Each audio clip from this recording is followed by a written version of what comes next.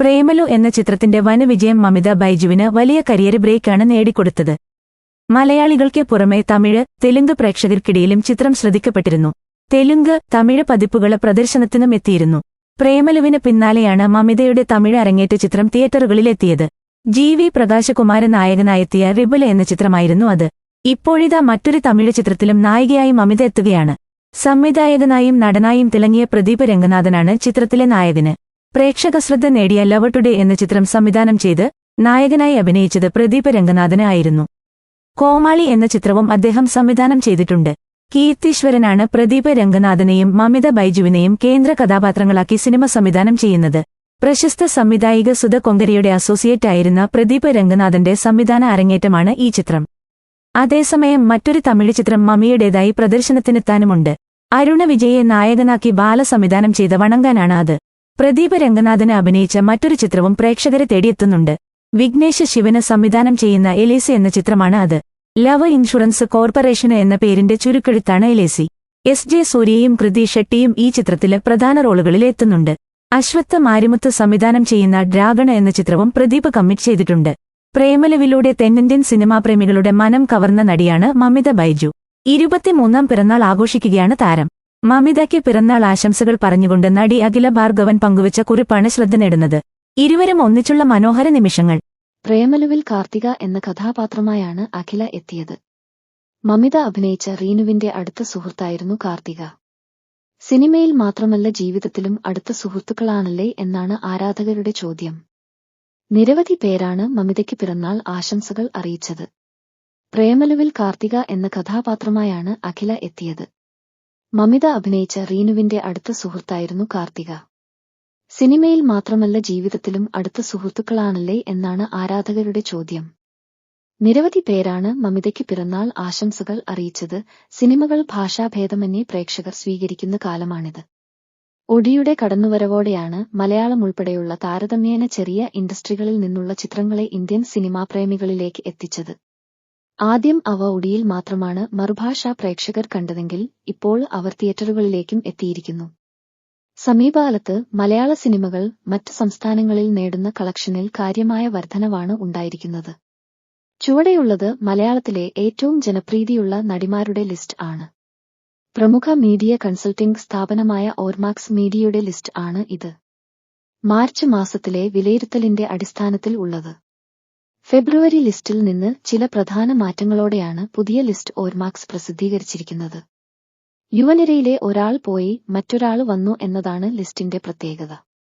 ഫെബ്രുവരി ലിസ്റ്റിൽ ഉണ്ടായിരുന്ന അനശ്വര രാജനാണ് പുറത്തായിരിക്കുന്നത്. പകരം പ്രേലുവിലൂടെ കേരളത്തിന് പുറമെ തമിഴ്, തെലുങ്ക് പ്രേക്ഷകർക്കിടയിലും കാര്യമായി ശ്രദ്ധ നേടിയ മമിത ബൈജുവാണ് പട്ടികയിൽ ഇടം പിടിച്ചിരിക്കുന്നത്. ലിസ്റ്റിൽ 2ാം സ്ഥാനത്താണ് മമിത ബൈജു ഉള്ളത്. മഞ്ജു വാര്യർ 1ാം സ്ഥാനത്തുള്ള ലിസ്റ്റിൽ 3ാമത് ശോഭനയാണ്. 4ാം സ്ഥാനത്ത് ഐശ്വര്യ ലക്ഷ്മിയും 5ാം സ്ഥാനത്ത് കല്യാണി പ്രിയദർശനും. മലയാളത്തിലെ എക്കാലത്തെയും വലിയ വിജയചിത്രങ്ങളുടെ കൂട്ടത്തിൽ ഇടം പിടിച്ച ചിത്രമാണ് പ്രേമലു. ഫെബ്രുവരി 9 തിയേറ്ററുകളിലെത്തിയ ചിത്രം മൗത്ത് പബ്ലിസിറ്റിയിലൂടെ അതിവേഗമാണ് ബോക്സ് ഓഫീസിൽ മുന്നേറിയത്. മലയാളം പതിപ്പുതന്നെ ഇതര സംസ്ഥാനങ്ങളിലും ശ്രദ്ധ നേടിയതിന് പിന്നാലെ തമിഴ്, തെലുങ്ക് പതിപ്പുകളും നിർമ്മാതാക്കൾ റിലീസ് ചെയ്തിരുന്നു.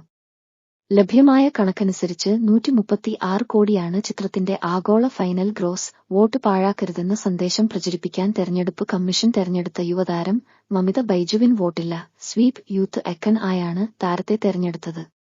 എന്നാൽ പേര് വോട്ടർ പട്ടികയിൽ ഇല്ലാതിരുന്നതോടെയാണ് താരത്തിന് കന്നിവോട്ട് നഷ്ടപ്പെട്ടത്. തെരഞ്ഞെടുപ്പിന് മുന്നോടിയായി നടിയുടെ കിടങ്ങൂരിലെ വസതിയിൽ വോട്ടിംഗ് സ്ലിപ്പ് എത്തിച്ചപ്പോഴാണ് വോട്ടർ പട്ടികയിൽ പേരില്ലെന്ന് കുടുംബം അറിയുന്നത്. സിനിമാ തിരക്കുകൾ മൂലമാണ് വോട്ട് ഉറപ്പാക്കാൻ കഴിയാതെ പോയതെന്ന് താരത്തിന്റെ അച്ഛൻ ഡോ ബൈജു പറഞ്ഞു. വോട്ടർമാരെ ബോധവൽക്കരിക്കാനും വോട്ടർ സാക്ഷരത പ്രോത്സാഹിപ്പിക്കാനുമുള്ള തെരഞ്ഞെടുപ്പ് കമ്മീഷന്റെ പദ്ധതിയാണ് സ്വീപ് എന്നറിയപ്പെടുന്ന systematic voters education and electoral participation program. കന്നി വോട്ടർമാരെ ആകർഷിക്കാനാണ് മമിത ബൈജുവിനെ സ്വീപ് യൂത്ത് ഐക്കണായി തെരഞ്ഞെടുത്തത്. ചെന്നൈയിൽ ഉദ്ഘാടനത്തിനെത്തിയ നടി മമിത ബൈജുവിനെ പൊതിഞ്ഞ ആരാധകർ. പ്രേമലു എന്ന ഒറ്റ ചിത്രം കൊണ്ട് തെന്നിന്ത്യയൊട്ടാകെ ആരാധകരെ സ്വന്തമാക്കിയ നടിയാണ് മമിത ബൈജു. പ്രേമലു തമിഴിലും തെലുങ്കിലുമെല്ലാം ഹിറ്റ് ആയതോടെ നടിക്ക് ഫാൻസ് അസോസിയേഷൻ വരെ ആരംഭിച്ചിട്ടുണ്ട്. ചെന്നൈയിൽ ഉദ്ഘാടനത്തിനെത്തിയ മമിതയെ ആരാധകർ വളയുന്ന വീഡിയോയാണ് ഇപ്പോൾ സോഷ്യൽ മീഡിയയിൽ വൈറലായിക്കൊണ്ടിരിക്കുന്നത്. ചെന്നൈയിലെ ഒരു മാളിലാണ് ഉദ്ഘാടനത്തിനായി മമിത എത്തിയത്. കാലുകുത്താന് പോലും സാധിക്കാത്തത്ര തിരക്കിനിടയിൽ നിൽക്കുന്ന മമിതയുടെ ചിത്രങ്ങൾ വൈറലാണിപ്പോൾ. അതിരുകടന്ന ആരാധനയിൽ മുന്നോട്ടു നടക്കാൻ കഴിയാതെ മമിത പരിഭ്രമിച്ച് നിൽക്കുന്നതും വീഡിയോയിൽ വ്യക്തമാണ്. സുരക്ഷാ ഉദ്യോഗസ്ഥരും ഒപ്പമുണ്ടായിരുന്ന മറ്റുള്ളവരും ചേർന്ന് ഏറെ നേരം പണിപ്പെട്ട് ആരാധകരെ നിയന്ത്രിച്ചതിനു ശേഷമാണ് താരത്തിന് മടങ്ങി പോകാൻ കഴിഞ്ഞത്. പ്രേമലുവിൽ മാത്രമല്ല, തമിഴ് സംവിധായകൻ ജി.വി. പ്രകാശിന്റെ റിബൽ എന്ന ചിത്രത്തിലൂടെ മമിത തമിഴിൽ അരങ്ങേറ്റം കുറിച്ചിരുന്നു. എന്നാൽ ഈ ചിത്രം വൻ ഫ്ലോപ്പ് ആയി മാറിയിരുന്നു. 2017 സർവോപരി പാലാക്കാരൻ എന്ന ചിത്രത്തിലൂടെയാണ് മമിത ബൈജു സിനിമയിൽ എത്തിയത്. മേഘാലയയിലെത്തി മഴ നനഞ്ഞ് മമിത ബൈജു കാടുകയറിയും വെള്ളച്ചാട്ടത്തിൽ നീന്തിയും മൺസൂണ് ആഘോഷം. മഴ തുടങ്ങിയതോടെ മഴക്കാല മൺസൂൺ യാത്രകൾക്കായുള്ള അന്വേഷണങ്ങളിലാണ് സഞ്ചാരികൾ. മഴയും കാടും മഞ്ഞും മലകളും എല്ലാം ചേർന്നുള്ള പെർഫെക്റ്റ് മൺസൂൺ ഡെസ്റ്റിനേഷനുകളിലേക്കാണ് വലിയൊരു വിഭാഗം സഞ്ചാരികളും യാത്ര പുറപ്പെടുന്നത്. ഇപ്പോഴിതാ മലയാളികളുടെ പ്രിയപ്പെട്ട താരം മമിത ബൈജു ഒരു മഴയാത്രയുടെ ആവേശത്തിലാണ്. മഴയാസ്വദിക്കാൻ മേഘാലയയിലെ ഡാകിയിലൂടെയും പ്രശസ്തമായ വേരുപാലത്തിലുമെല്ലാമാണ് മമിതയുടെ സഞ്ചാരം.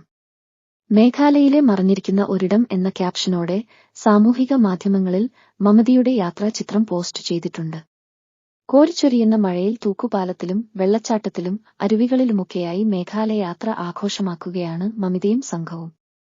മലകയറ്റവും കാട്ടിലൂടെയുള്ള നടത്തവും ബാംബൂ ട്രെക്കുമെല്ലാം ഉൾപ്പെടുന്നതായിരുന്നു യാത്ര. മൺസൂൺ യാത്രകൾക്കായി ഇന്ത്യയിലെ മികച്ച ഡെസ്റ്റിനേഷനാണ് മേഘങ്ങളുടെ വീട് എന്നറിയപ്പെടുന്ന മേഘാലയ.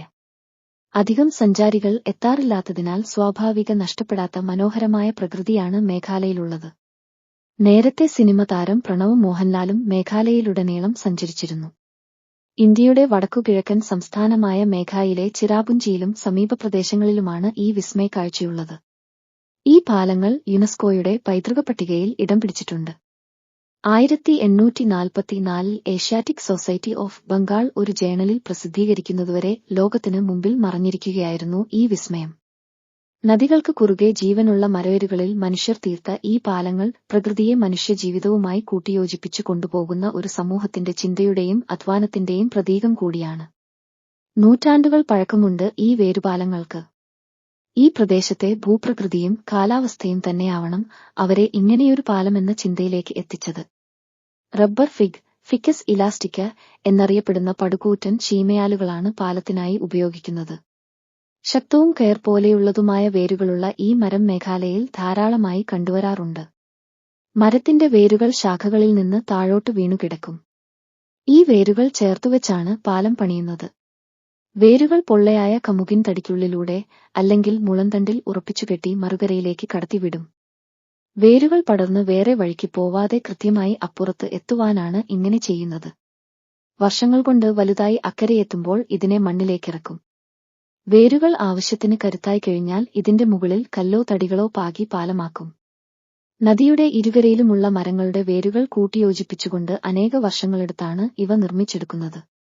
ഇന്ത്യ-ബംഗ്ലാദേശ് അതിർത്തിയിലാണ് ദാകി നദി ഒഴുകുന്നത്. മേഘാലയയുടെ തലസ്ഥാനമായ ഷില്ലോങ്ങിൽ നിന്ന് 75 കിലോമീറ്റർ അകലെയായാണ് ദാകി നദിയുള്ളത്. ഉമൻകോട്ട് നദിയാണ് ദാകി എന്നറിയപ്പെടുന്നത്.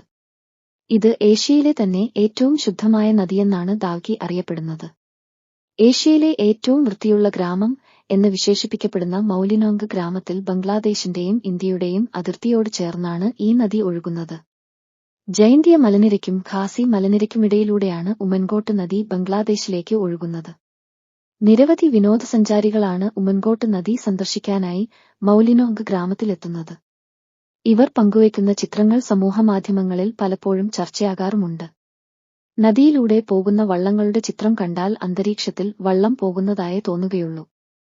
വെള്ളം വളരെ തെളിമയുള്ളതാണെന്നും ബോട്ടുകൾ വായുവിൽ പൊങ്ങിക്കിടക്കുന്നതായി തോന്നുമെന്നും സ്ഥലം സന്ദർശിച്ച ആളുകൾ സമൂഹമാധ്യമങ്ങളിൽ പങ്കുവയ്ക്കുന്ന ചിത്രങ്ങൾക്ക് അടിക്കുറിപ്പായി പറയുന്നു. നദിയുടെ അടിത്തട്ടിലുള്ള ഉരുളൻകല്ലുകളും നീന്തിത്തുടിക്കുന്ന മീനുകളെയും വളരെ വ്യക്തമായി ഇവിടെ കാണാൻ സാധിക്കും. നല്ല സൂര്യപ്രകാശം ലഭിക്കുന്ന ദിവസങ്ങളിൽ കൂടുതൽ ആഴങ്ങൾ കാണാൻ സാധിക്കുമെന്നും പ്രദേശവാസികൾ പറയുന്നു.